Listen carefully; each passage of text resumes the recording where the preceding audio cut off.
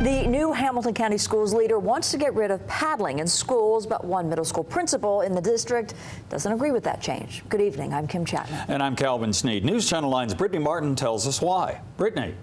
Calvin, Kim, Tyner Middle Principal Crystal Sorrell says she will do whatever the district decides is best for all schools, but since she started using paddling as punishment, Sorrell says her students are spending more time in the classroom. Principal Crystal Sorrells believes in new, innovative ways to educate. Today, she checked out a system that records when her students at Tyner Middle Academy receive points for good behavior. She's also a fan of what some might call an old approach to discipline. My perspective has changed over the years. My first year as a principal, I was not a supporter of corporal punishment. Sorrell says Tyner Middle has the most recordings of corporal punishment in Hamilton County. Her policy is 3 licks or 3 days of suspension.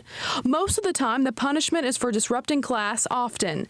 She started paddling as a way to keep kids in the classroom. For most students, especially, they would much rather get their 3 licks and go back to class than to have to deal with a parent on a suspension. Sorrell says she has strict guidelines to follow before she can paddle a student, like she must have a parent's permission and she has to know the child. There has to be a level of trust. There's never a time where the intent is to do harm to any child. Discipline is not harmful. Discipline is just that, discipline.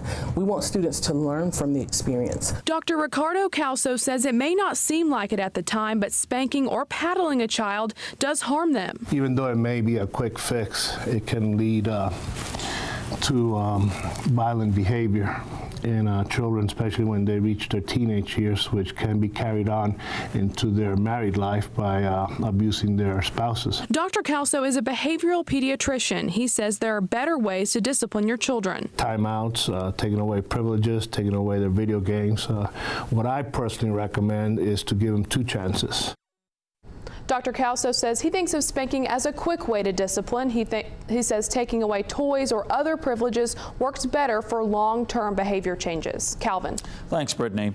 A Hamilton County school spokesperson says they'll work with teachers to determine whether stopping corporal punishment is the best idea.